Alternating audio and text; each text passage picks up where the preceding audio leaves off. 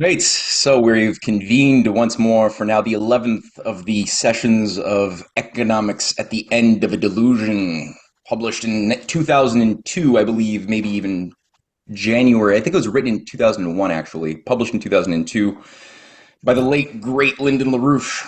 Um, it's been an adventure. Anybody who wants to check out, who's listening on YouTube, who wants to see the past readings that got us to this point that we're about to start today, links in the description box.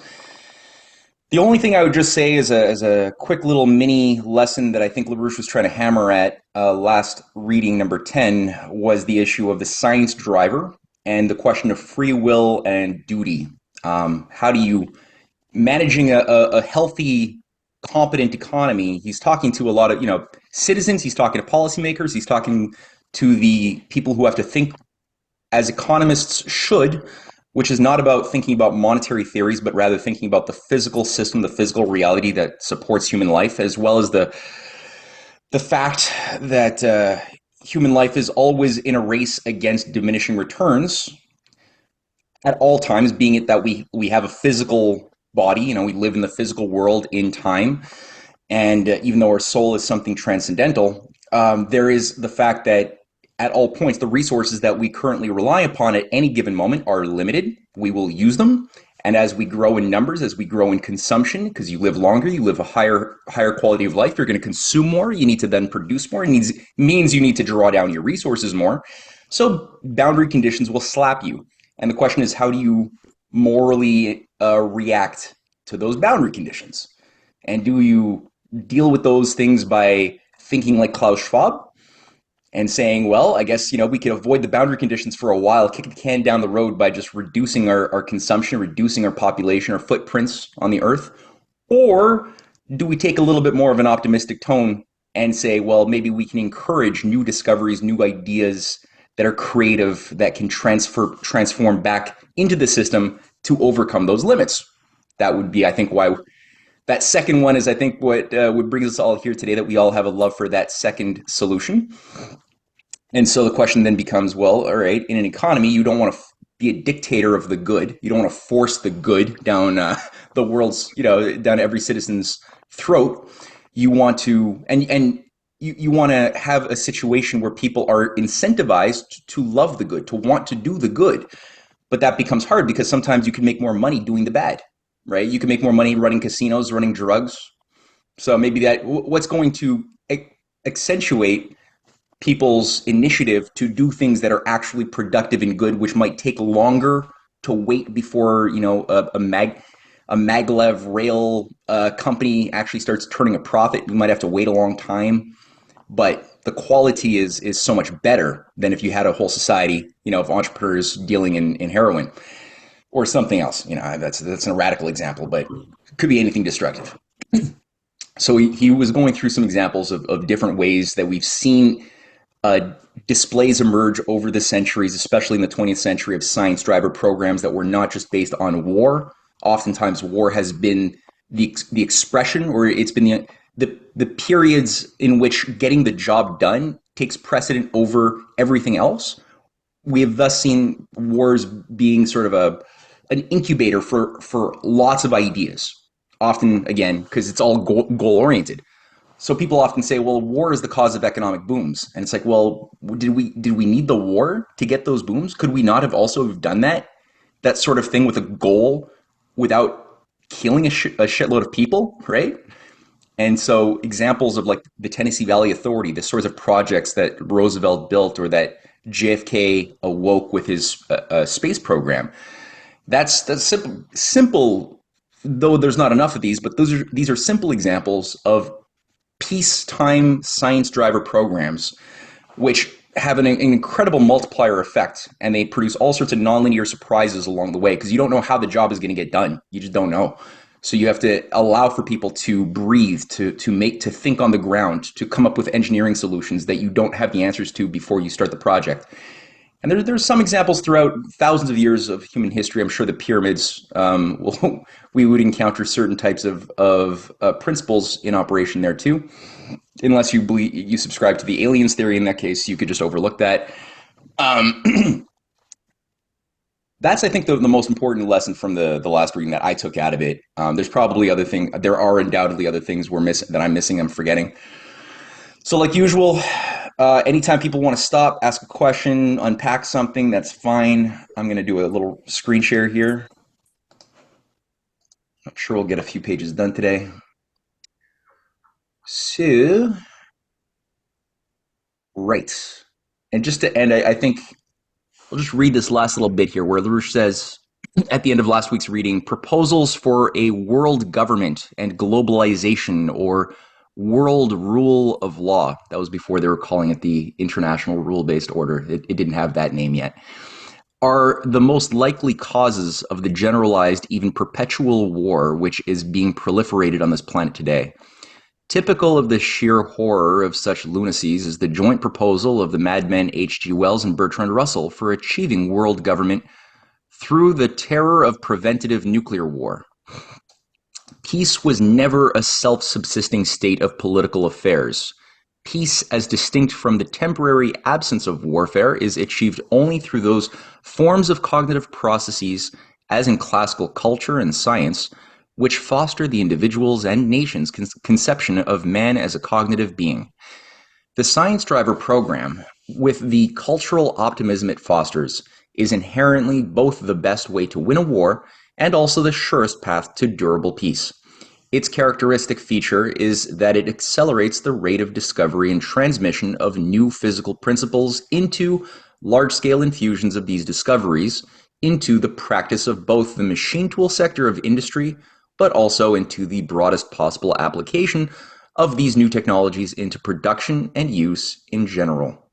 So, good little thought to start this new section on changing the situation. So, who wants to be today's reader? Can I make a quick request, Matthew? May we? You want it bigger? Yeah. No, I just had coffee. It's breakfast time. It's early in the day for me for a beer. Could you make the font? Oh, that's a bit better. You've just done it. There you go. How's that? Yeah, it was just a little bit small. It was. That's much better. Much better. Thank you. Thank you. May we? Declan, how do you feel about? Do you want to read today? Yeah, sure. I can read. We. Okay, so we're starting with change situation. Yep. Okay, changing the situation. In my summary review of the economic implications of colonialism in the preceding chapter, I emphasized that the relative productivity of the firm and its operative varies most significantly with the total economic situation, such that national economy within which those productive and related activities are situated. One of the most compelling illustrations of this is the case, as is being reported in Freeman's portion of this report, of the impact of the Tennessee Valley Authority project in bringing about a revolutionary change in the productive powers of labor in both agriculture and industry throughout the affected region.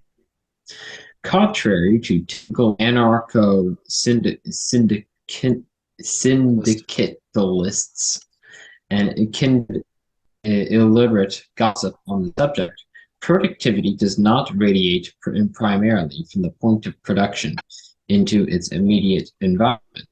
Productivity is transmitted primarily through the increase of the potential productivity of the region or nation. As is illustrated so brilliantly in the history of the TVA. The chief factor in determining the potential productivity expressed in a nation is, as the TVA case illustrates, and the point so dramatically, the development of the basic economic infrastructure, the framework within which the acts of production are situated. Return to the earlier discussion of the economic principle of the fossil, and as the notion of a fossil is to be defined more broadly, at least implicitly so, against the background of Varensky's noosphere. For example, biological development generates relatively higher species, and also broader selections of changes in available species. The new repertoire of direct species then becomes the situation on which the successful emergence of a new species or variety depends. So, in producing qualitative changes in the environment, a development of transportation, energy, water management, educational, and healthcare systems illustrate the point. More favorable conditions to the expression of cognition, expression for the expression of cognition appear. These new conditions then become a kind of fossil resource on which the productive potential of the relevant labor force depends. Hey, sorry, just quick. Injection of Do a other new people do other people hear Declan choppy, or is it just me? Okay, so Declan, I love your reading. You're a great Mhm. reader, but the internet is sabotaging you. So it's a bit of a choppy connection you got there, and we're missing every You can slow Okay. down a little bit, maybe. Well, I think we'll have to try to do, unfortunately, is get a new reader at this juncture, just because yeah, we're just missing too many words. And yeah, whoever Could does try read, again with you could want we to read, try Susie? again with him turning his camera off? Could try it. Yeah, Because he does read really I well. His agree. voice makes it very easy to absorb the information. I concur. So Declan, let's try that as the experiment. Do another sentence and turn your Okay. camera off. Yeah. All right. These new conditions then become a kind of fossil resource on which the productive potential of the relevant labor force depends. Okay.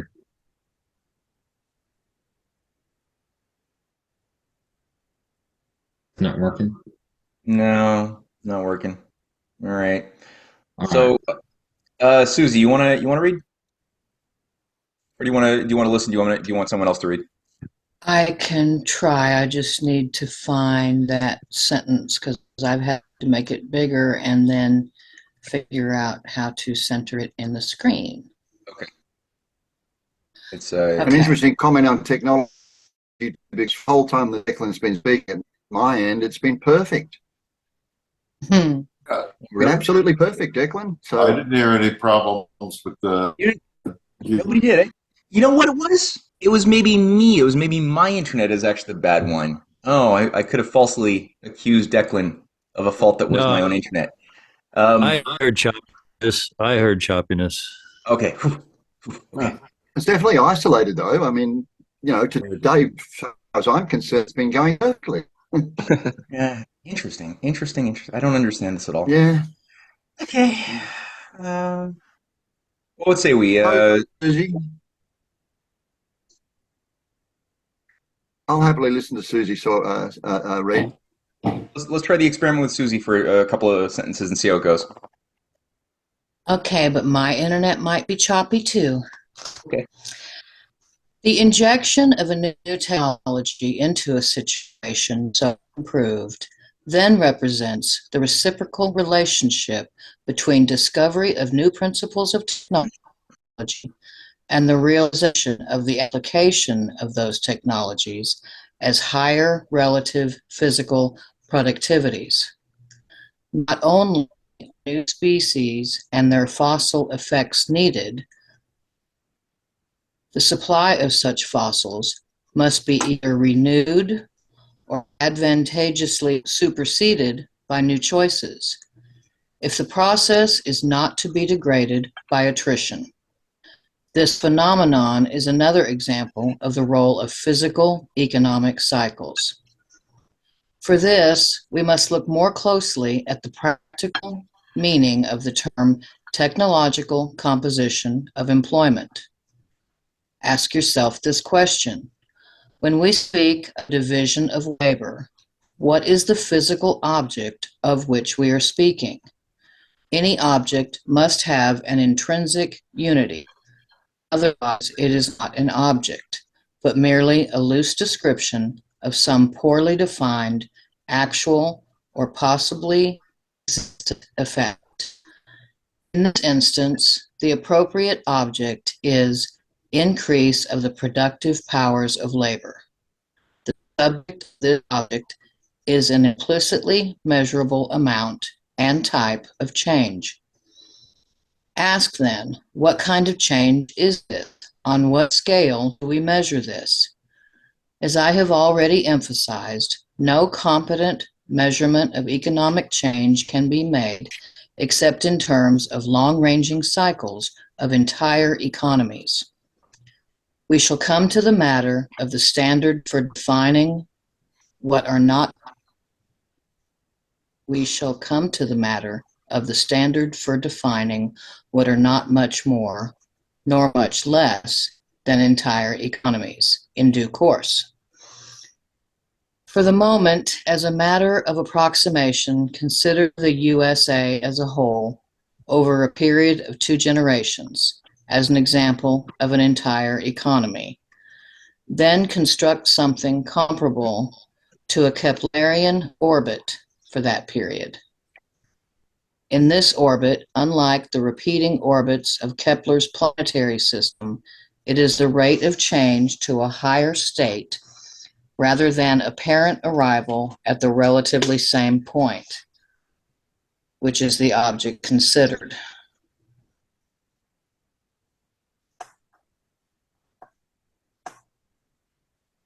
I have to bring that back into focus.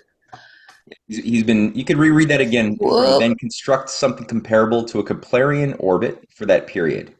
In this orbit, which is the last 2 generations, right, of the U.S. economy, is one example.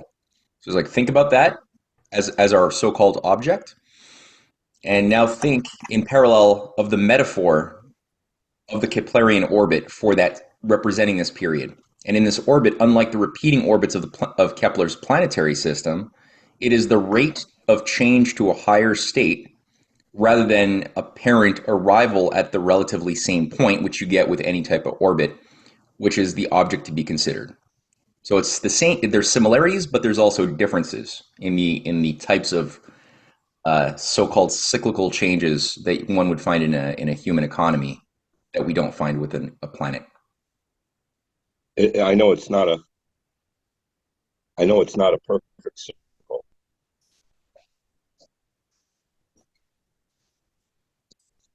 It's what? A Keplerian orbit is not a perfect circle. I know that much. Yeah. Well, what else do you know about a Keplerian orbit? What does that mean to you? I don't know. What does Keplerian orbit mean to other people here, as opposed to another reading of the word orbit? Well, it's an elliptical orbit. Anything else? It's true. It's true. Didn't you say, Matt, this is Linda, Hey. didn't you say earlier that it was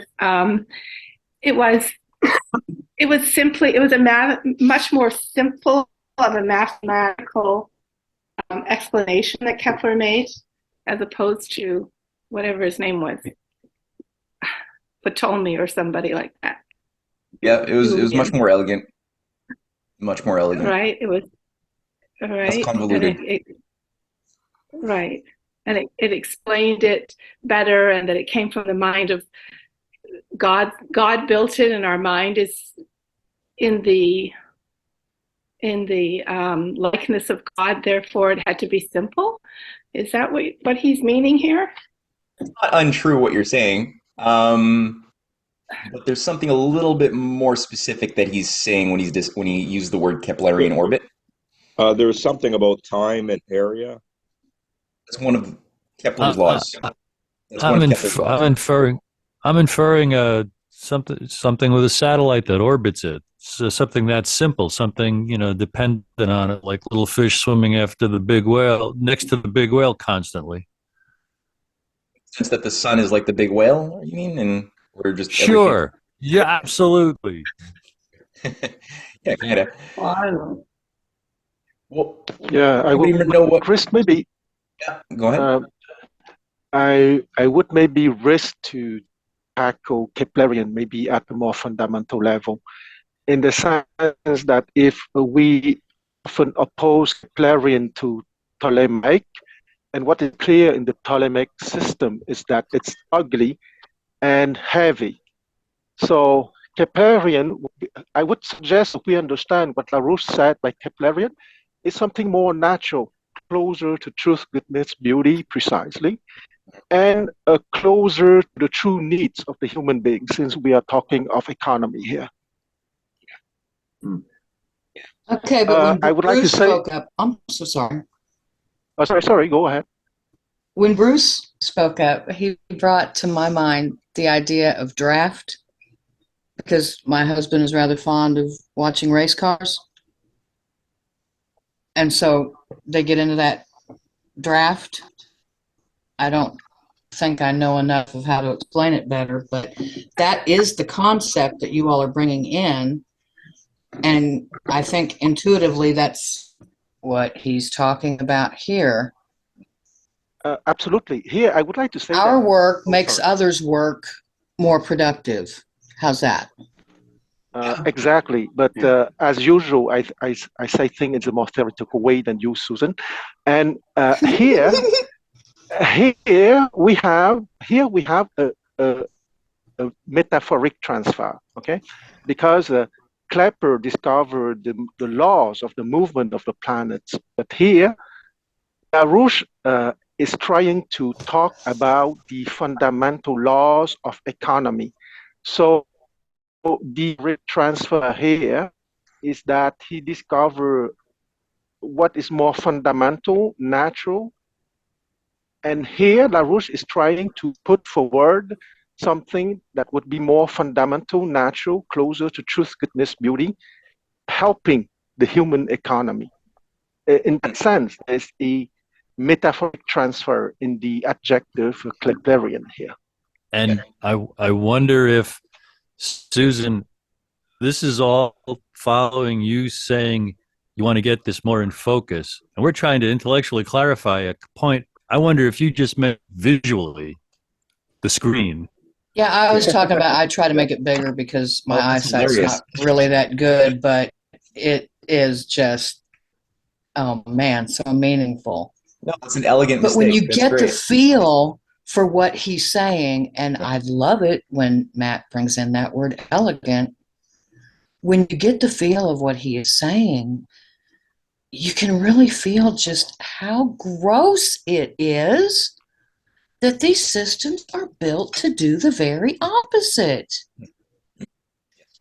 Because what he's bringing out, I think, is that it's kind of a natural law. Exactly. It's built into the universe.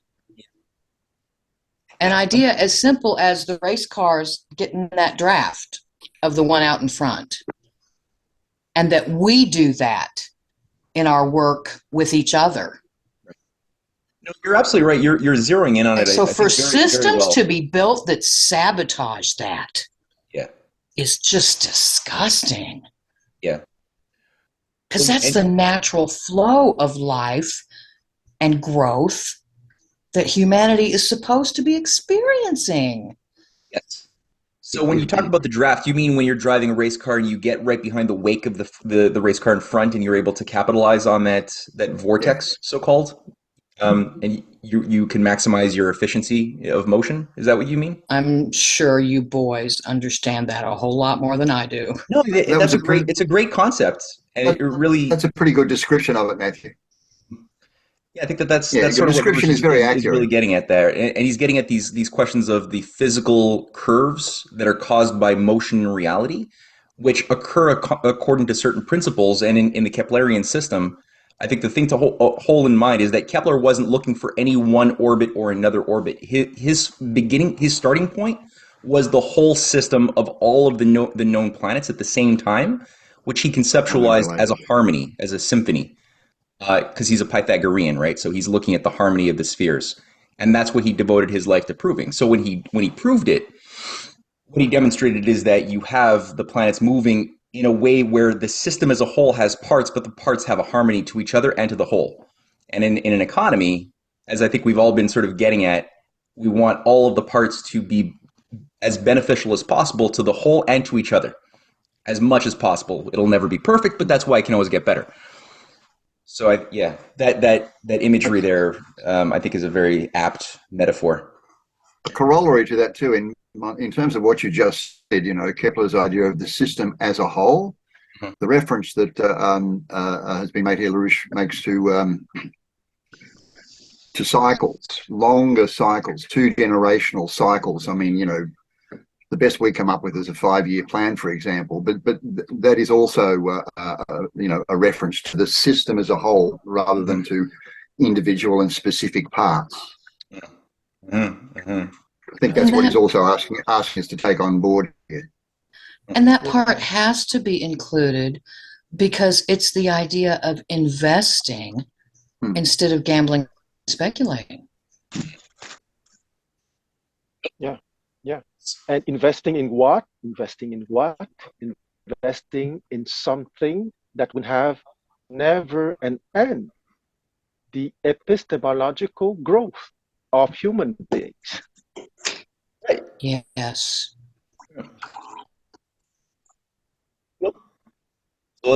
We stop midway through the thought being born. So let's I think this is a good Wow. a very good segue. So let's that see made where. a lot of sense. Yeah. Okay, I think we are at. Take a simplest sort of first approximation. Instead of an elliptical orbit, a catenary hanging chain trajectory, defining this in the relatively simplest way as Leibniz et al. Defined this notion of physical curvature as distinct from a circular ivory tower curve, such as the cycloid. In first approximation, the result for a single long-ranging cycle would be a single approximation of what is known among economists as the functional equivalent of a form of Kondratieff curve, a hanging chain form, but upside down and of a specific form akin to the catenary.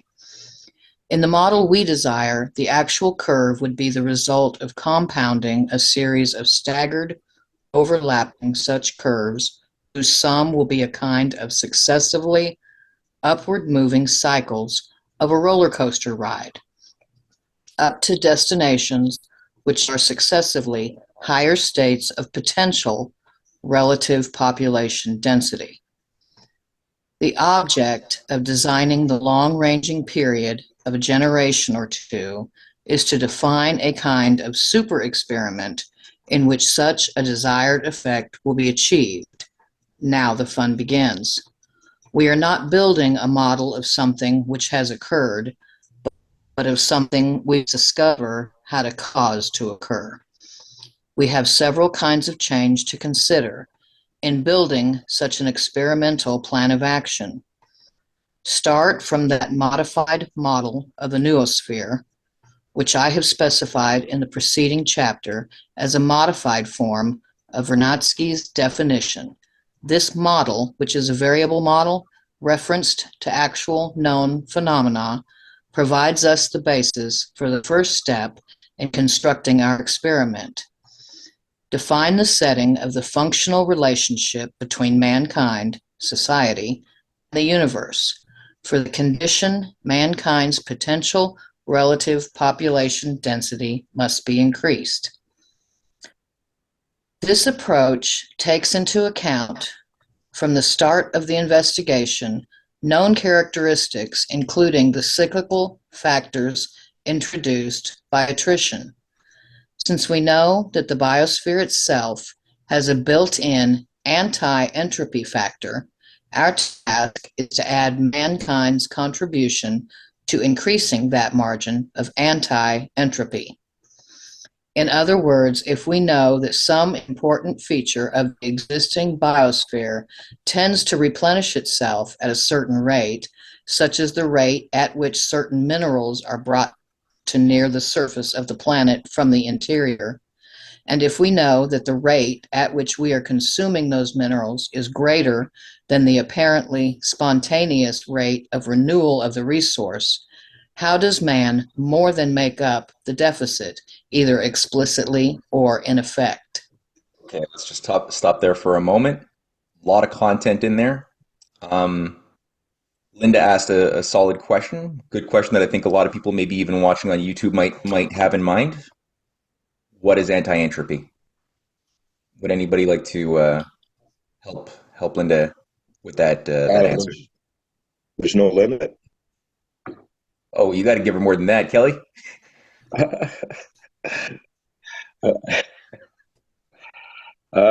Yeah, there's like, instead of inside the box and everything's regulated inside the box, we're allowed to go outside, and yeah, there's no limits to growth. We can't, like, instead of cutting down our population because there's only so many resources. There's only so much for so many people. We could increase our resources, and that way we can grow. Well, you're defining the effects of anti-entropic thinking, but you're not really saying what anti-entropy is, and that's maybe because we didn't actually deal with the question that Declan just pointed out. And Declan, you can speak, eh? We can hear you. It's fine. What was your question, Declan? I've heard the definition of entropy before. That's the more popular one. I can't quite remember it, and I never really understood it. I would love to try to explain that in my very simple terms, because to me, the idea of entropy is that everything's dying, everything's winding down, we always have diminishing returns. And to me, that just does not feel like truth. So even as I was reading this and trying to process it at the same time, those sentences sparked hope in my heart, because we can be looking for and working to function from a place of anti-entropy, because we can be growing and producing more and learning to conserve the resources we do have, but also expand them instead of diminish them. I just know that's the truth. I think we all do. Well, Cool. may I say something here in terms of the entropy thing? I can't see the unlimited growth. I can understand that there is growth, but in some way it's regulated, not in the sense of the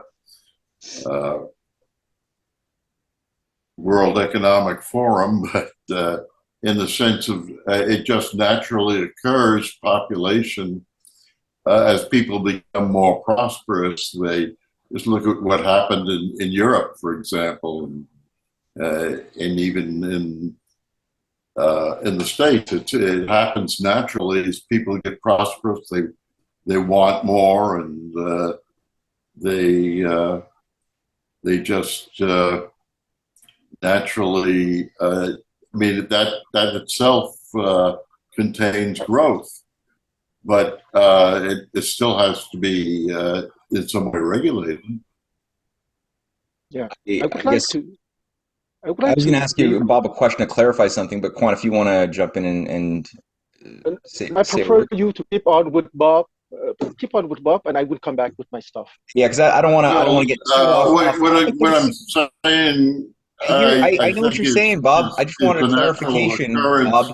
Bob, I know you've been. I know. I just wanted a clarification for because you said look at Europe, look at North America. Did you mean like in the last 30 years, or did you mean after World War II? Like, what examples did you mean? Populations. Well, I mean, just the population has naturally declined. In Europe, they were giving incentives for people to have children. Let's put it that way. You talking about the last 30 years in the last 30 years, or the last last 20 years, I would say. So if you think globalization and everything we've been doing to the world for the past 30, 40 years is natural, then okay, your conclusion is true. But if globalization and the cultural poison of everything we did to the world and ourselves the past 30 or 40 years is unnatural, then what you've just said has some problems to it, right? Well, it's unnatural because we have a consumer society, and there's So what would have been the difference? and there's nobody at the top that that is encouraging a better system. Yeah, exactly. So the question is, what would have been the difference in population replenishment and if the productive creative society was not sabotaged as it was 45, 50 years ago? Could we say that tapering off? Well, probably was no longer, but then you had the progress. You're probably right, around more like 40 years, and Europe was really doing very well before the EU. Something happened there where you had the globalists coming in with rather radical ideas of their own, which were. I hear you, Bob. Yeah, that was a big unnatural shifting of gears, and we derailed a lot of the orbital trajectory. But yeah, let's just try to keep the focus here because there's a lot of concepts that are heavy concepts that LaRouche is challenging us to think about here. Bruce, I see it. Oh, but yeah, let Bruce go. I see him bursting at the seams. As a lay person, I understand entropy to be the tendency for things to fall apart or lose energy and disintegrate. And anti-entropy is such a hopeful concept, as Susan said. I thought of this one example, and then I'll stop. I recently encountered the evidence, and over the years, I've seen more and more persuasively so. Think about everything economically since the 1970s that we heard was due to the oil shortages, and the planet running out of oil. There's an entire other body of evidence that the oil that the Earth produces is like how our planet sweats. It refills, it replenishes. Mm-hmm. The planet produces oil. So right there, we have an unmeasurable manipulation and con being foisted upon us. I see some nodding heads, which is exciting because what a revolution that would be if more people knew about that. Yeah. They appreciate that burning oil is food for plants, and it's actually natural. Funny, Bruce, because maybe like you, Bruce, I became aware of some of that alternative stuff on, the planet producing oil at exactly the time we were hearing all about peak oil. Exactly. I mean, it really was a big push, was. Yeah. Worth tremendous study because boy, oh boy, how would that unleash everything if we had our heads all right about that, Yeah. What's your first of all, I want to say that I am really grateful that when I talk, you all hear hope in what I'm saying, because most of my life I have had a very negative, pessimistic attitude. So thank God for change. Yeah, you definitely, there's no hint of that anymore, Susie. But I think the fact that as many of us that are surviving as well as we are and looking for the areas where we can grow and seek truth and create beauty and encourage growth and beauty for others, I think that is the proof of the anti-entropy theory. Because those icky people are working really hard to clamp down on everything, to poison everything, to deprive us of opportunity. And yet so many of us are still finding ways to flourish. Yeah, the plans don't always work, do they? Yeah. I would like to give a definition of anti-entropy in 4 words, and that definition is not from me, it's from LaRouche. And it's also the title of a video, and that is The Power of Labor. Okay, and I would like to add maybe 2 or 3 words to that. The definition of anti-entropy is the power of epistemologically advanced labor. So, because let's not forget that entropy is primarily a thermodynamic concept, okay? Meaning that in a system, entropy is the happenstance or the happening of the fact that there's no more energy to convert into work. And that because of that absence or lack of energy to be converted into work, it will bring disorder into the system.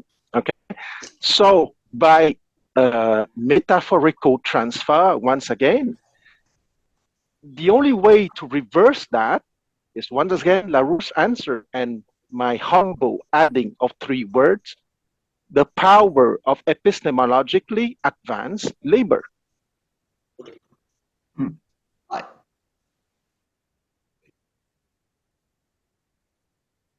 So then it's the opposite of the limits to growth.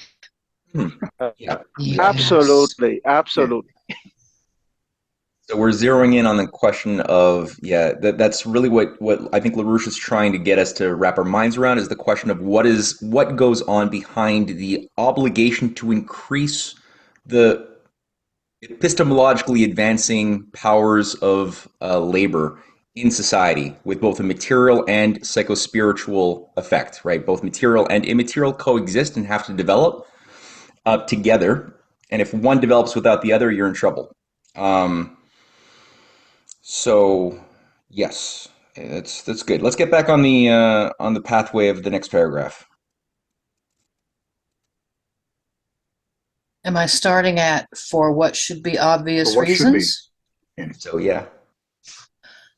For what should be obvious reasons, one of the best kinds of experimental questions to include in our roster is the challenge of man's exploration of the solar system.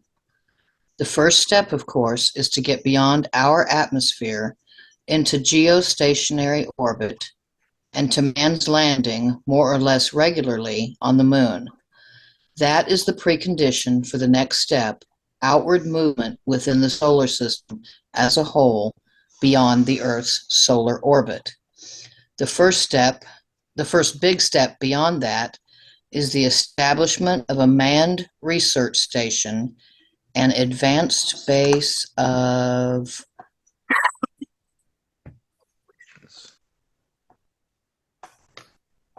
operations on the subsurface of Mars.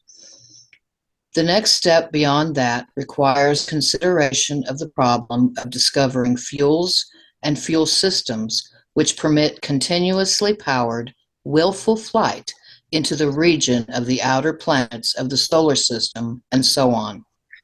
You know, I want to say, I'm sorry to interrupt you, but I really don't like that. I disagree with them there. But Yeah, you're allowed. I just wanted to say that. I know. Okay, thank you. No, that's fine. Just curious. We don't have to go on for a long time, but what was it? Why not? What was? I don't know. I just think that it's not a place where we're meant to live and survive. And that whatever we do, we should try to figure out how to make here better. And that going further out, I know, I understand the reasons why they all think this, but I don't know. It just doesn't sit well with me. So well, I'm kind of disappointed that he says that. Could I, if I might say something on that? I agree with you. I think he might be talking in terms of just a exploration of space, other than actually like the Elon Musk approach of colonizing Mars or something like that. You know. Yeah. It's a very anti so Elon Muskian. It brings a new technology and that sort of thing. Yeah. Exactly. I think that's the argument that needs to be made here. I mean, it's a qualitative thing, isn't it? I mean, there's nothing wrong, as far as I'm concerned, with exploring our solar neighborhood. It depends on how we're doing it and why we're doing it. Yeah. I mean, Linda, for example, I wouldn't support anything that abandons this planet so that a few of the upper echelons of people here could migrate to Mars and think that they've solved their problems. I wouldn't support that at all. But as Bob just mentioned, and has been spoken about many, many times in the last 10 weeks, it's the technologies and the things that we gain in the process of doing something that has beneficial effects. So, for example, the space program in the 60s and 70s produced so much in the way of technology that has been useful for this planet. were we to explore further, there might be technological offshoots of that would have enormous benefits here on Earth. So I'm not offering that as a counter necessarily, because I understand why, I kind of agree with you. We've got a lot to do on this planet before we start worrying too much about occupying other planets. But maybe, and I think this is what LaRouche is saying, the process of undertaking such things would produce, or let's use the word could, I think LaRouche would say would, produce results that are beneficial to the economy of the planet as a whole, let's say. Yeah. And let's not forget that he mentioned the notion of the Kondratiev cycles, okay? And I would like to remind everyone that the Kondratiev cycles is intimately related to the technological cycle. Yeah. Okay, it's not only economy; it's politics, economy, and technology. I actually don't know what that is. Can you describe a little bit more in detail, Quan, what a Kondratiev cycle is? Yeah, a Kondratiev cycle is. I think it's not for nothing that he mentioned Kondratiev maybe 20 paragraph before, because a Kondratiev cycle in economy lasts about 2 generations. Okay, if we accept that a generation is about 30 years, it's a cycle of 60 years. And it's a cycle of economical development that is closely related to the technological advancement. And you have a cycle of technological life too, okay? I give very down-to-earth example over the last centuries, okay? Maybe 2 centuries even. You can start with the steam machine, for example. After the steam machines, you have the production of quality steel that made possible to have railroads, for example, okay? And that's, we go to the beginning of the 20th centuries, okay, when you have the Trans-Siberian and so on, with Count Sergei Witte and so on. And after that, you wouldn't have oil. After that, you wouldn't have a development in the electrical grid. After that, you wouldn't have the development in electronics, okay? And all those technological advancement or epistemological advancement, which is LaRouche's obsession, I think, and I agree with him.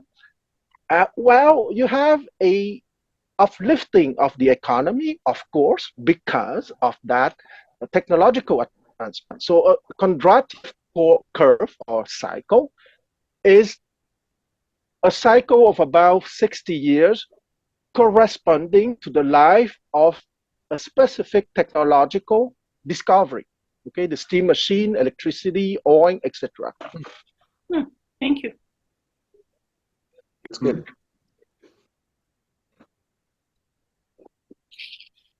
There was a quick little footnote here, 64, I'll just read it. This is one of the questions which make the exploration of the possibility of controlled matter-antimatter reactions such a fascinating topic of advanced experimental work, which is regarding the question of moving through the outer reaches of the solar system, which would require something far beyond even fusion, if we're going to ever get to that point. Yes, rocket fuel's not going to do it, that's for sure. No. And I think what Quan said kind of incorporated some of the ideas that I had in response to Linda, because I think there are some really intelligent, qualitative thinkers that's where their mind goes, is exploration of the solar system and travel to other planets. And if they are able to pursue those ideas, then what other discoveries will they make along the way that benefit where we are living now? Does that make sense? Mm-hmm. Yep. But I don't think they even made it to the moon, so. Well, we're about to find out because Russia and China are going to be there pretty soon. They got a whole joint lunar program right now that's moving really fast ahead. So the way I see it, we're gonna have to just wait a few more years, and they can go to the original spot we were told the Apollo missions landed. They'll be able to tell us if there's a flag there or not. Okay. See if they can find the golf balls. Yeah, exactly. Okay. Thank All you. right. So consider the challenge of the so-called Sanger project, the use of a so-called scramjet system, of speeds of up to Mach 7 or 8 to reduce vastly the cost of lifting an object from the Earth's surface to the top of the atmosphere. By breathing oxygen from the atmosphere rather than carrying the weight of that oxygen as fuel within a rocket, more than an order of magnitude of physical cost is avoided in delivering a pound of net weight to geostationary orbit. We are using up the same amount of oxygen and thus putting no more than an approximately equivalent strain on the replenishment of the consumed oxygen. The fact that we are using oxygen as a fuel should point out to us that the Earth's atmosphere was produced, like the oceans, rivers, and lakes, as a fossil remain of living processes. Flight into space is not a subject of abiotic physics. It is an expression of the lawfulness of the biosphere and is an action which expresses the still higher lawfulness of the noosphere. Whoops. I was trying to move it up and I made it disappear. I just want to say something about the scramjet.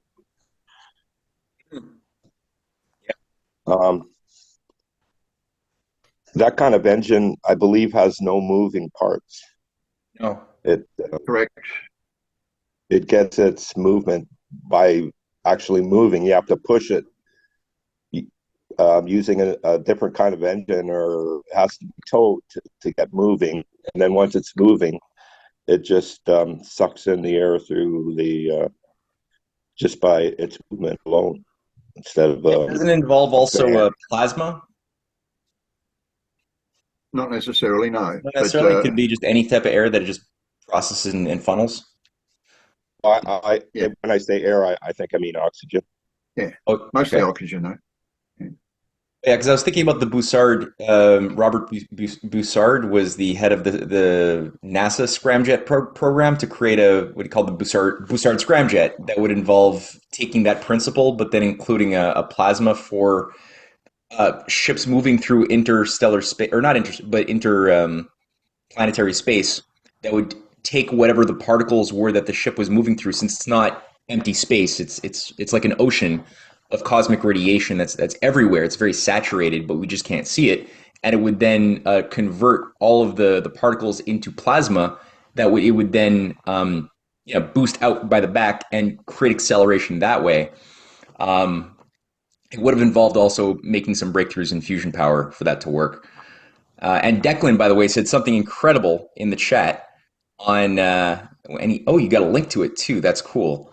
On the type of like Star Trek optimistic cultural thinking that was based on a real moral optimism in John F. Kennedy's time, which really put the resources behind making the types of breakthroughs in these technologies that would involve moving ships at 10% the speed of light, that they were really serious about. And today it's just been relegated to science fiction, and all of this, the actual government funding was all torn down, and this technology was moved into the military domain. So, Declan, that's a cool link you have there, and that's a great contribution just to appreciate what was lost from the cultural and political side of things back from the 60s to the present. Wow. Okay, so the importance of posing such challenges made it move up too far.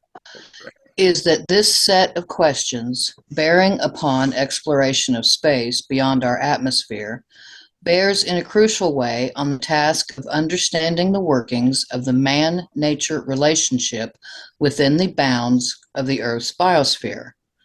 Looking at the implications of that mission as part of the continuing present and future mission of continuously increasing mankind's potential relative population density is the only scientific way to define a science of economics and of national political economic policies for today. It is from that standpoint, and no less, that the science and politics of the noosphere must be defined for the circumstances of today's systemic planetary crisis.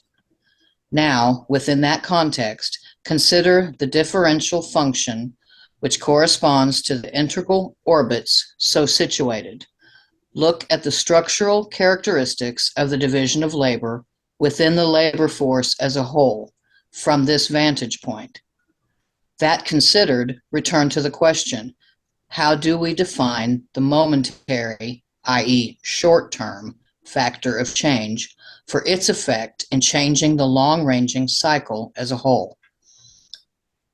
It would be desired to develop formal geometries for the implied purpose.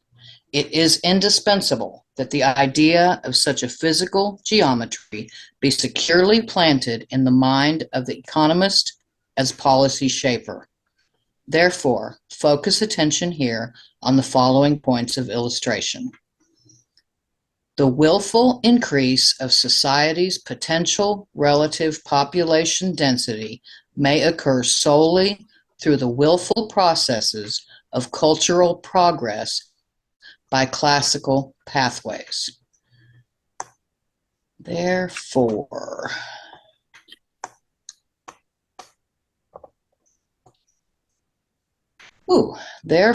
the paradigmatic expression of such action within the activity of the nation's population, including its labor force most emphatically, is the transmission of discovery of universal physical principles within and by means of the social division of labor within the population as a whole. This generation and transmission of universal physical principles and of the technologies so derived as byproducts of such discoveries is the form of action which defines the anti-entropic curvature of mankind's willful practical relationship to the universe as a whole. Oh my gosh. He can pack so much meaning into a sentence. Yeah. Yep. It's metaphysics. It's metaphysics. True or false? Oh, for sure. Yes. It's both. It's all of it. It's physical and metaphysical in proper relationship to each other. Amen. Amen. Amen. It's And I have the pretension to say that I say it in another way, that is the axio-epistemo-political triangle. The last word, triumph? No, the axio-epistemo-political triangle. Thank you. I'm going to email you an essay that Quan wrote not that long ago, elaborating on his concept. It's a good concept. Thank you. Yeah, it's interesting. There was a few. I think it was last year. Was it last year, Quan, that we read the Max Planck's Philosophy of Physics essay? Absolutely. And what is exciting with LaRouche, that is precisely he made many things in his life, of course. I would say that he is one of the modern thinkers who is breaking with a lot of advanced reflection on the false dichotomy between philosophy and epistemology and what would be called more practical engineering. Okay, and on the social level, I know that practical engineering would not sound very nice in the social level, but the true statesman, precisely, is the one intervening on the political and economic level, but with the true philosophical, epistemological development. And his text on the economy, precisely, that text would be distributed across the planet, is precisely putting together that philosophical epistemological dimension and the political, cultural, economical dimensions. Mm-hmm. An educational one, of course, but I put it in economy and political. Matthew, did you mention Max Planck's? Did you say it was an essay on the metaphysics of physics? Is that what you said? Well, that's essentially what it's On called, the physics. philosophy of physics, and he wrote it in Philosophy, that was it. 1935, and it's a beautiful essay. And he's making the point effectively that what we think we're looking at when we're experiencing physical reality, it should more broadly be understood as a simple aspect of a broader spiritual experience, and that the spiritual and physical, or the metaphysical and physical separation, is a false separation we've been fed over generations of sense perception. But that all is truly, Exactly. and he says it directly. Like, this is one of the greatest scientific minds who says that matter. He's like, I don't even really know what matter is anymore. My only faith is that all is spirit, and he's really just reconfirming his sense of Contemporary physics would agree with that. Amen. no, yeah, a lot of modern physicists would not agree with that. Well, they still can't come up with a definition of what matter is, Right. or energy for that matter. Well, I'm coming back with my subset. Okay, matter is a concept to explain a subset of reality. Yeah, got to I got- That'll do me. place. That's as good a definition as I've heard, and I've looked at a few of them recently. Yeah.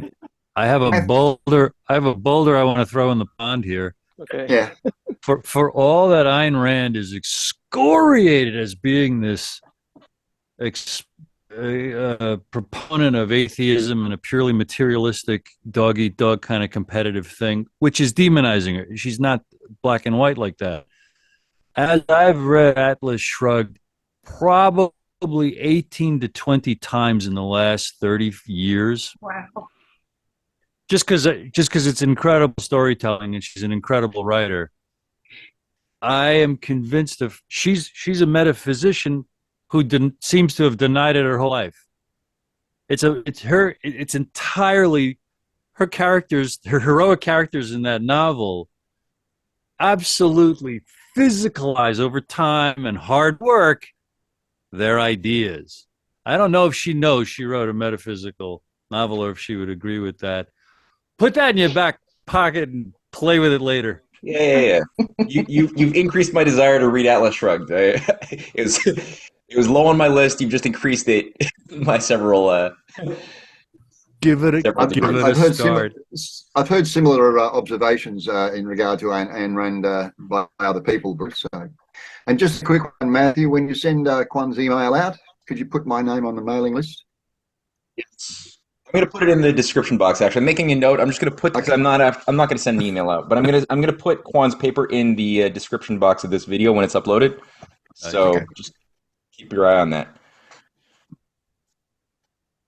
Writing it down now. Okay, I think we're at this generation and transmission occurs through the education and other development within the population as a whole. It is focused on the relationship between production and the system as a whole through the transmission of such knowledge within and across the lines of division of labor in production and related activity. Therefore, look at the structural composition of the employment of the total labor force from that vantage point. Progress in long-ranging development of the realized productive powers of labor of economies is associated with certain patterns of change within the structural composition of the division of labor in society as a whole, especially in the departments of production and design of products as such. This is typified by the advances in both the general cultural level of social practice within society and the scientific and technological advancement of the education and competent practice of the labor force. Look at the latter aspect first, and then return to look from the top down at the cultural development of the population at large. Start at the base of the general division of productive labor, of what used to be called often blue-collar labor. The upgrading of the standard skill levels, standard of living of households, and degree of influence of classical forms of cultural activities among this primary stratum of blue-collar labor is the proper basis for the first approximation estimate of the productive potential of the labor force considered as a whole. The ratio of employment of skilled labor to semi-skilled and unskilled labor is the first approximation of an estimate of relative productivity of the labor force as a whole. The physically defined capital intensity of investment in production and design of products refines the broad estimate.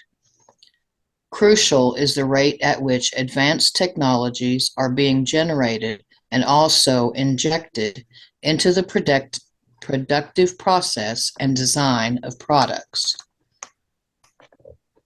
These estimates must be qualified to take into account the level of development and maintenance of basic economic infrastructure.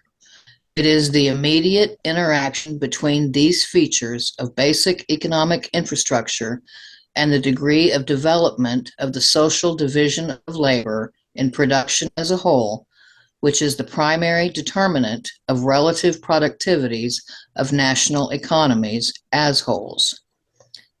The refined estimate for physical output as such is obtained in first approximation by the role of the state, directly and indirectly, in promoting and implementing a science driver into the development of the combined infrastructure and the design, production, and distribution of goods. The emphasis on this mission-dedicated role within both general and higher education and the machine tool sector of research, development, and production should be the principal concern of government's role in promoting technology-driven progress in the increase of the potential relative population density of the national economy as a whole.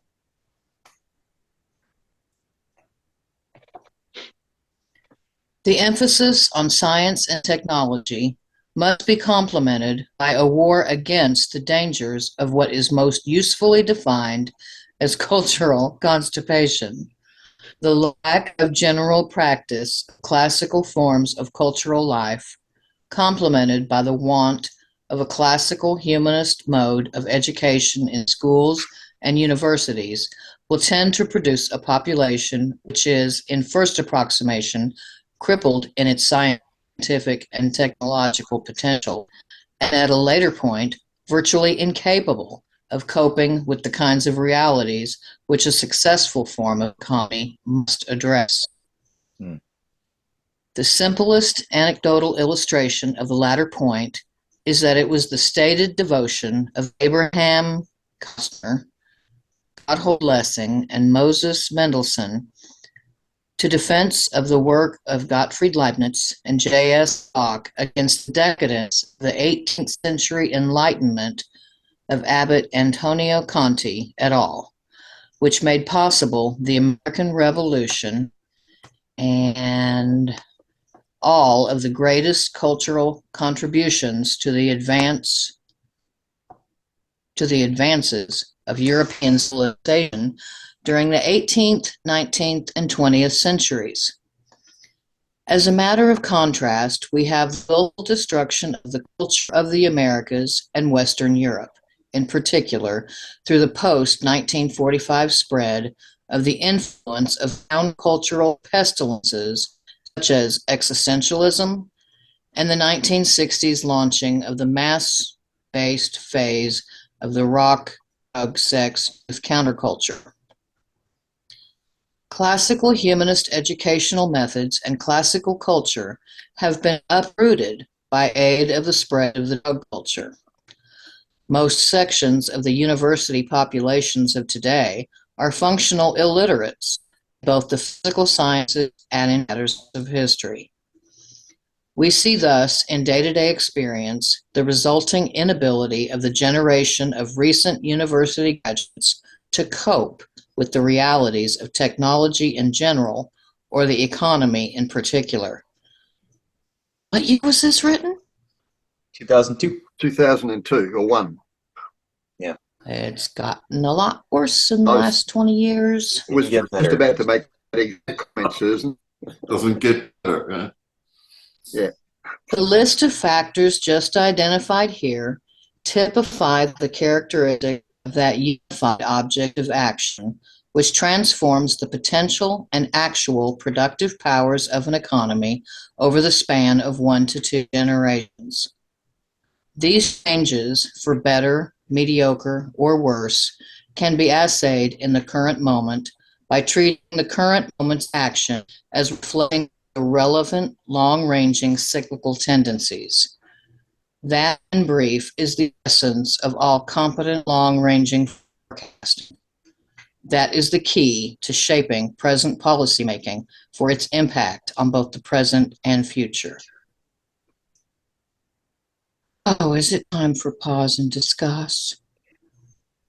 It's always time for pause and discuss in some ways. Oh, we have to Um, redeem the last 20 years.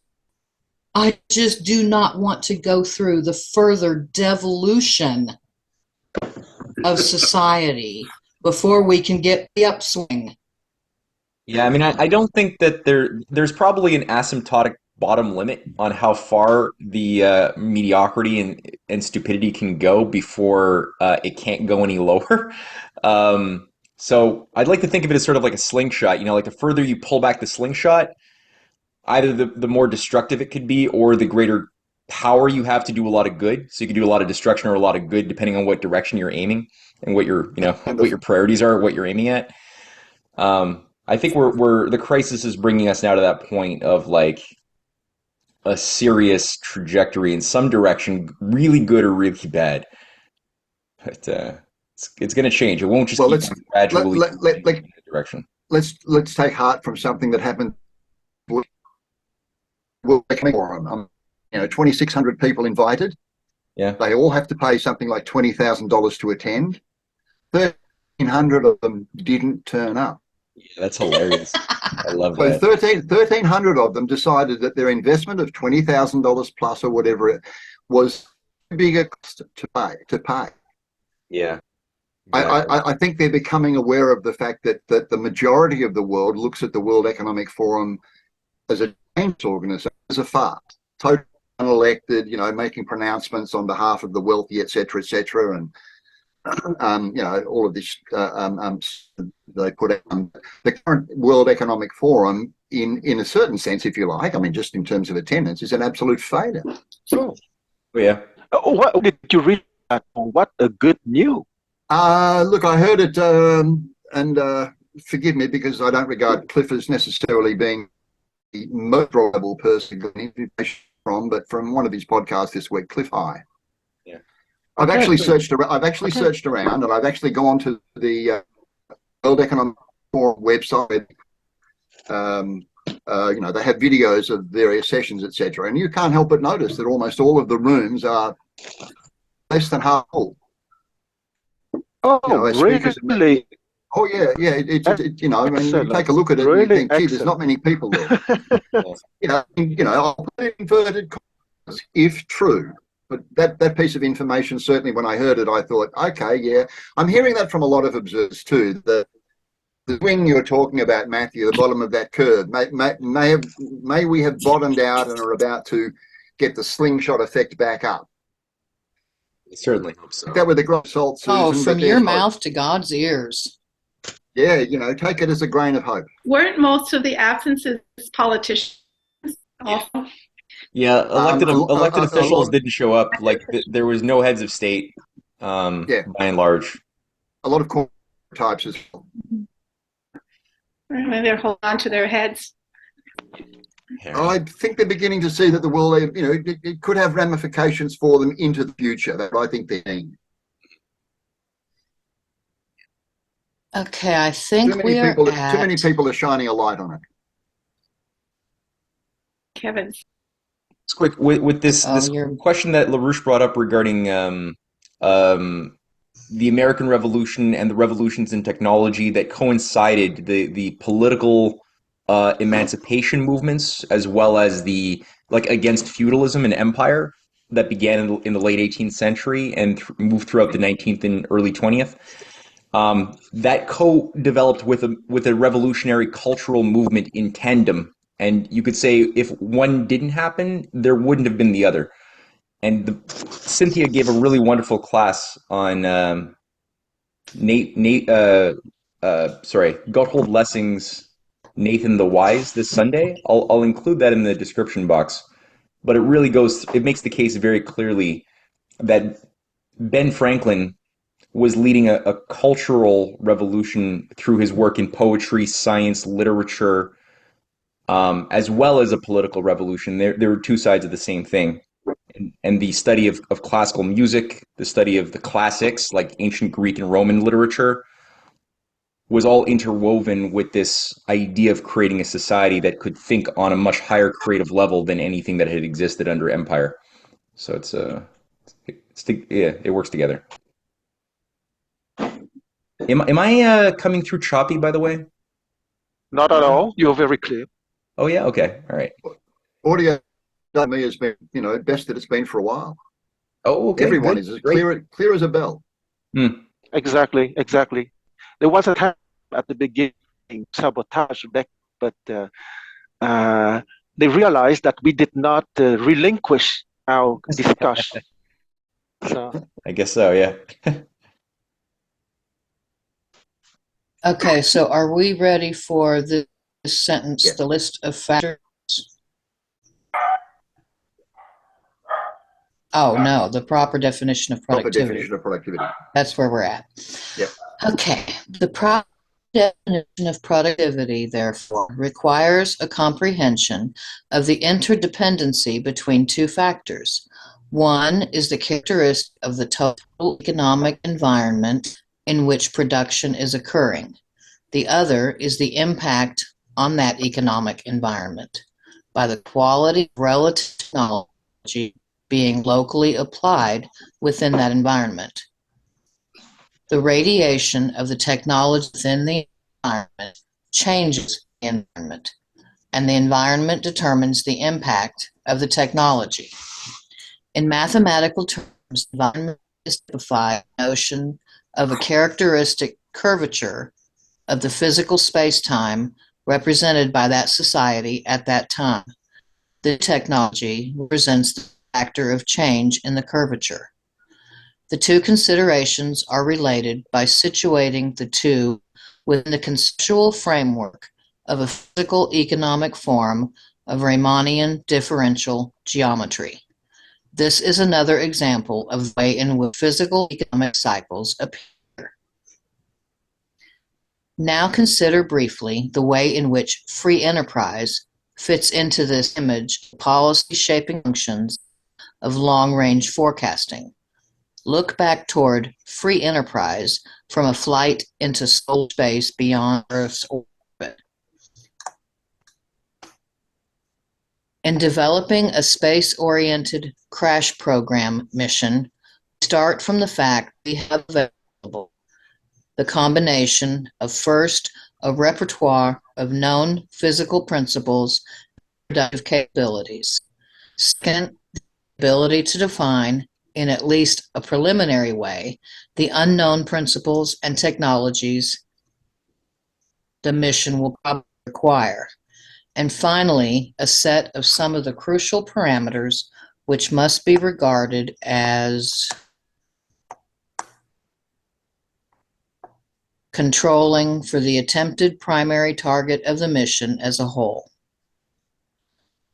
Thus, a space-oriented crash program mission is to be examined for its qualities as a much better focused expression of the same kind of indicative plan for long-ranging economic development adopted by the Fifth Republic's President de Gaulle. Look at this against the background of the catastrophe which struck the greater Boston, Massachusetts area's Route 128 when the guillotine fell much of the Kennedy program's development initiatives during 1966 to 1967.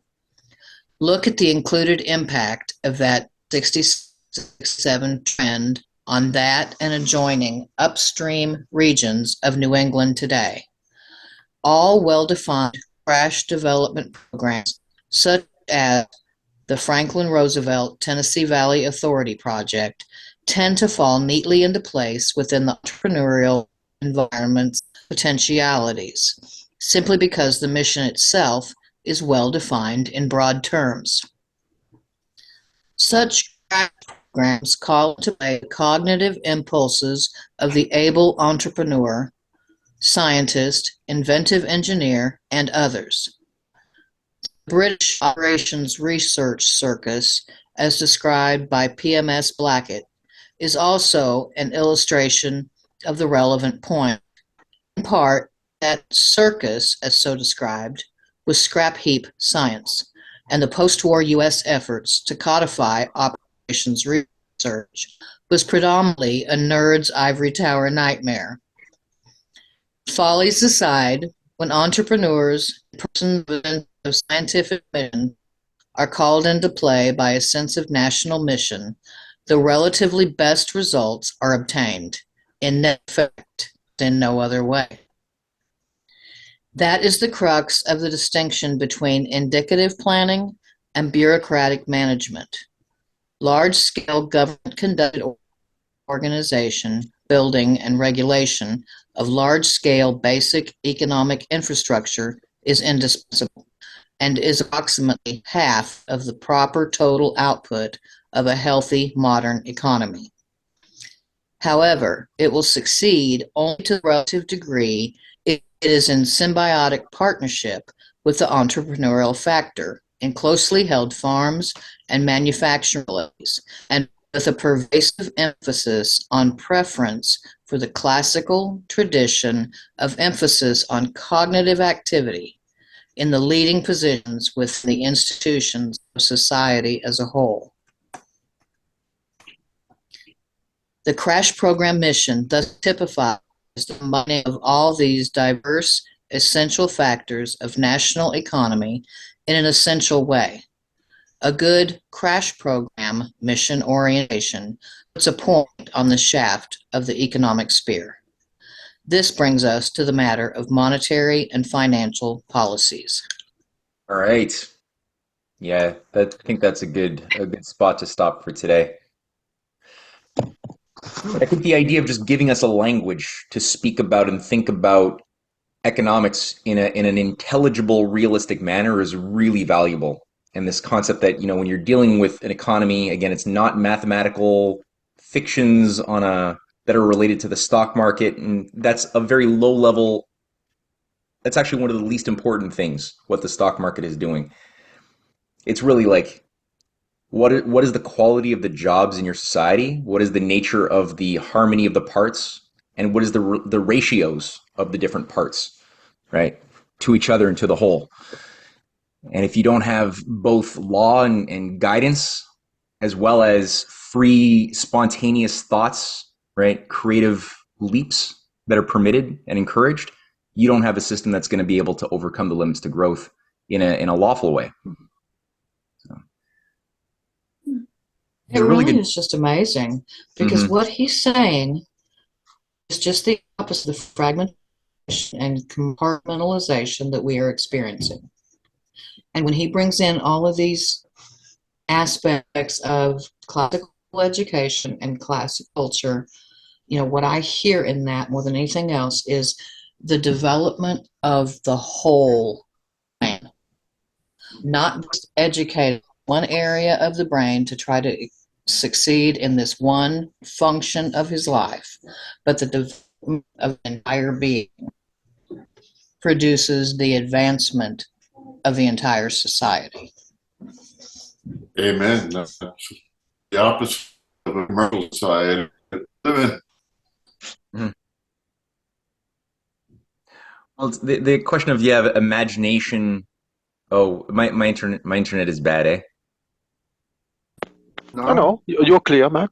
Oh, my computer keeps telling me my internet is unstable. So, I think the question of imagination and memory both in being enhanced as muscles at the same time, because when you're doing real creative, like productive research on anything, you find very quickly that you kind of have to hold a variety of moving parts in your mind at the same time that are not directly related, but they are in an important way. And so you're having to hold memories that you've had in thinking about different things, while at the same time imagining hypotheses, imagining situations that would resolve a problem that you're trying to solve. So being able to do that in a better and better way can be made worse or better. Like that power of using your mind in that way can be better or worse depending upon the quality of the arts that you're giving yourself over to as entertainment. Whether in painting, theater, drama, what movies we watch, what music we listen to, right? It will either dampen or amplify those muscles. So regardless of what culture we're in, there's always those attributes that we want to always think about when we're looking for things that give us aesthetic pleasure. And I know that's. But it's really cool because what you just said is up an impression of bubbles instead of boxes. So when you look at the idea of the arts and music, those are things that, when you engage the creative aspects of the brain, it helps to connect the different parts of the brain together so that they can flow together and so that the strengths of each are utilized all. And so if you're holding these ideas, but they're in a bubble instead of in a little box, so they don't have walls between them. So the different areas of knowledge and strength can flow together. Nice way of thinking about it. It's a nice metaphor. Yeah. Well, I can metaphor. give you countless examples, observations of that as a music teacher, that's for sure. I mean, so many of the better performing students at just about every school I ever taught at, and I never taught at one school at a time, it was a variety of schools. The top performers were invariably music students as well. And music as a subject was regarded as what was known as an A-level subject. Sadly, over the 40 years that I worked in education, that attitude declined. We became more Americanized. We became quantized and fractured. Music was relegated to other subjects. Well, you're talking about when you're in school? Teacher. I worked as a music instrument teacher for 40 years, as well as a musician myself, but that was my main professional job. It's interesting. And yeah, you just In watched it. America, you'd be more used to. You had music programs in your schools for years and years and years and years and years, a long time further than Australia. That really didn't start happening on a large scale in Australia until the 60s, and I joined the teaching profession in the early 80s. But like I said, at the time, there were just so many, this education of the whole idea that Susan's talking about was typical of the more successful students. And sadly, I saw that decline over 40 years. I worry about the ones that are unsuccessful. But Paul, it's not that they didn't know that education. They all know that. It's all taught in the education of teachers. Everybody knows and is aware of this. The policies of the countries that are taking that away. Yeah, it's a political decision. Exactly. Right. It's not a lack of knowledge or respect for the importance of it. Another little anecdote which kind of sums us up, and a slightly different one though. When I was at university the first time doing an economics degree on a studentship, I ended up going on a teaching round. First one, only ever went on one. And to me, it was a real shock. It was a primary school. And I remember spending time with the second graders, sitting in this tiny little chair, and the kids around me, the chair belonged to a student who wasn't there that day. So creatively, they just pretended that I was the student who wasn't there and treated me as if I was that student. And it was just incredibly creative. I mean, the things that they did and said and the conversations we had and the activities we managed to get into with me being the kid that I didn't know, etc. Incredibly creative. After lunch, I went to the fourth grade.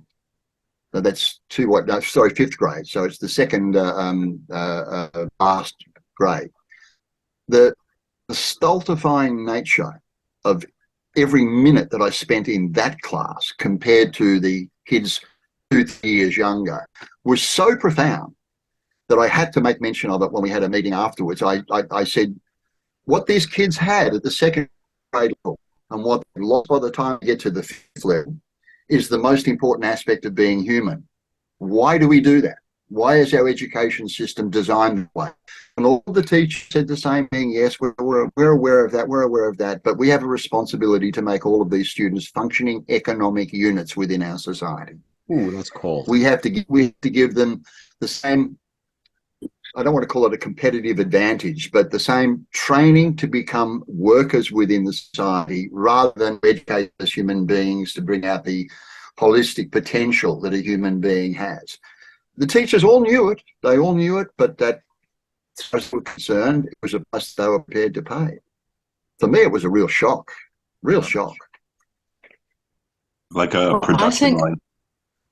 Yeah, exactly. You know, as I said, the amount of fun that I had with these kids in grade 2, and it was only half an hour's worth. It's not like I was there forever, but it was so much fun, so great to be treated creatively by these total strangers, little second and third grade kids, etc., to go into the other class where they're discussing something formally, math, English, whatever it was, and nobody could talk unless they put their hand up and the teacher nominated them, and they were all wonderfully obedient. Stultifying. I mean, the whole thing just felt stultifying as far as I was concerned in that second class. But this is what I mean by, I saw a lot of that firsthand in my own career, where the creative aspects of a human being were sidelined, deliberately sidelined in school curriculum, because making music, from the point of view of an educational stand, wasn't as important preparing these students for the competition that they would face in the economic realm. In other words, they needed to be productive in that area first and worry about their creativity in their own time. I resisted all of those changes, and I, made enemies, some of the teachers, etc. But I couldn't help. I couldn't keep my mouth shut. Mm. Well, I know from my standpoint, I had like this weird dualistic experience where I got one degree in illustration and design, which is more commercial arts, and I found it gave me some technical skills which were of value in graphic design and other things, which I appreciate, but the job opportunity, like the job market for those types of jobs, tended to be like 95%, designing textiles and things that were very mechanical along the way. Like you're the logo guy for this firm, it's just things that were like very dry, not very flexible. So then I went into university in Concordia, and then I studied fine arts, film animation, but from a fine arts standpoint. And there it was completely lazy, no technique, no idea. It was actually discouraged to try to think about looking for techniques of great masters of the past that made brilliant advances in the field of whether cinema or the arts. That was actually not only discouraged, it was attacked. And they were just encouraging you to just go and do your own thing and be interesting, expressing your emotions, whatever they may be, regardless of your level of where you're at, which created a sloppiness that was just everywhere. So there was like on the one side, it was like uber utilitarian, be a part of the machine. On the other extreme, it was just no usefulness whatsoever. And maybe you'll get a grant from the National Film Board or something, and you'll be a struggling artist or something. But there was like no balance of the two whatsoever, because you should have both, right? Like Da Vinci he was one of the most creative people ever to exist, but he couldn't just go and be creative right from the get-go. He had to copy, learn the skill sets, ask questions, learn to ask better questions, right, from people who had pioneered a pathway as his teachers. And then when he did everything he could, that there's nothing left to teach him. Then he went off and started pioneering and revolutionizing things. But it had to happen in a sort of, he couldn't skip steps. And it's today we just try to skip steps in laziness to get the right answers or just to get the effect, but without earning it. Big problem.